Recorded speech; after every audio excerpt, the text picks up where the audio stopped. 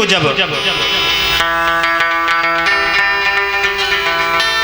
धर्मराज युधिष्ठिर राजा बनाकर चले गए तो राजा परीक्षित अब अपने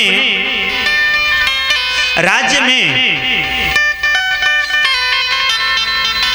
बहुत ही सुचारू रूप से अपने राज्य को चलाने लगे। महाराज दिग्विजय करके पूरे पृथ्वी को जीत लिया। ऐसे प्रतापी राजा महापरीक्षित हुए। परीक्षित जब एक बार शिकार खेलने के लिए गए तो देखा कि एक जो बैल है वह एक टांग पर खड़ा है, उसके पास एक गौ है वह रुदन कर रही है, और एक काला पुरुष जो है उस एक पैर को भी तोड़ने का प्रयास कर रहा है। इस दृश्य को देख करके राजा परीक्षित वहां पहुंच गए और राजा परीक्षित ने पूछा, आप कौन हैं? तो उस बैल ने कहा, महाराज आप तो सर्वस्व हैं, सब कुछ जानते हैं कि मैं कौन हूं। राजा परीक्षित ने कहा कि आपके 3 पग किसने तोड़ दिए, और जो ये गौ रो रही है ये कौन है? ये जो काला पुरुष आपके उस पैर को भी तोड़ना चाहता है ये कौन है? तो उस बैल ने कहा कि महाराज इसमें आपका कोई दोष नहीं है, क्योंकि सभी व्यक्ति अपने कर्मों का फल पाते हैं। इसमें ना उस गौ की दोष है, न उस पुरुष की दोष है, न इसमें आपकी दोष है, क्योंकि सभी व्यक्ति सभी जीव अपने अपने कर्म का फल पाते हैं। राजा परीक्षित समझ गए कि ये साक्षात धर्म है, क्योंकि धर्म ही ऐसा बात कर सकता है। इसी बात को बाबा तुलसीदास जी कहते हैं, धर्म और कर्म की प्रधानता बताते हैं। कर्म प्रधान विश्व रचिराखा, कर्म प्रधान विश्व रचिराखा, कर्म प्रधान विश्व रचिराखा।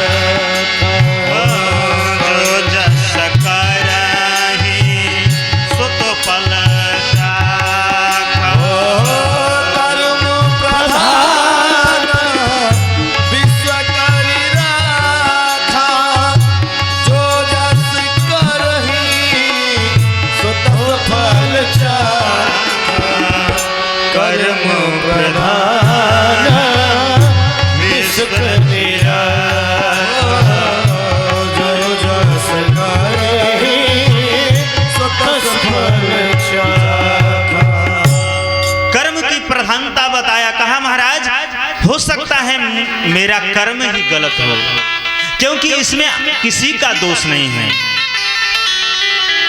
राजा परीक्षित समझ गए कि यह साक्षात धर्मदेव है।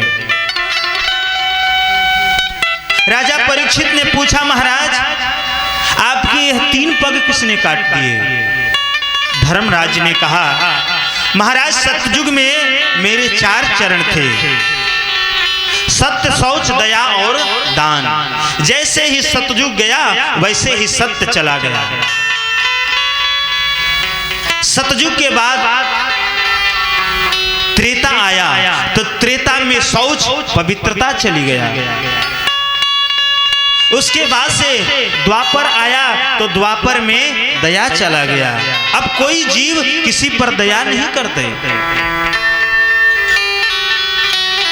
अब केवल एक मेरा पैर है जो दान बच गया, क्योंकि अब आने वाला कलयुग है और कलयुग का एक प्रभाव है कि कलयुग में दान देने से पुण्य लाभ होता है। जिस प्रकार से युगों का क्षय हुआ वैसे वैसे यह भी चला गया, बस एक पैर बच गया दान का। धर्मदेव कह रहे हैं कि ये जो रो रही है गौ, वो साक्षात पृथ्वी माता है। पृथ्वी माँ पर इतना अत्याचार हो रहा है जिससे यह इस पापियों के पाप को अब सह नहीं पा रही है। और यह जो पुरुष इसको मार रहा है, मुझे मार रहा है, वह कलयुग है। राजा परीक्षित ने कहा यह कलयुग है, मेरे राज्य में मैं इसे अभी दंडित करूंगा। जैसे ही राजा मारने के लिए दौड़े वैसे वह कलयुग भागने लगा। कुछ दूर भागा, फिर विचार बनाया कि समस्त पृथ्वी के तो राजा परीक्षित है, मैं भागकर जाऊंगा कहां।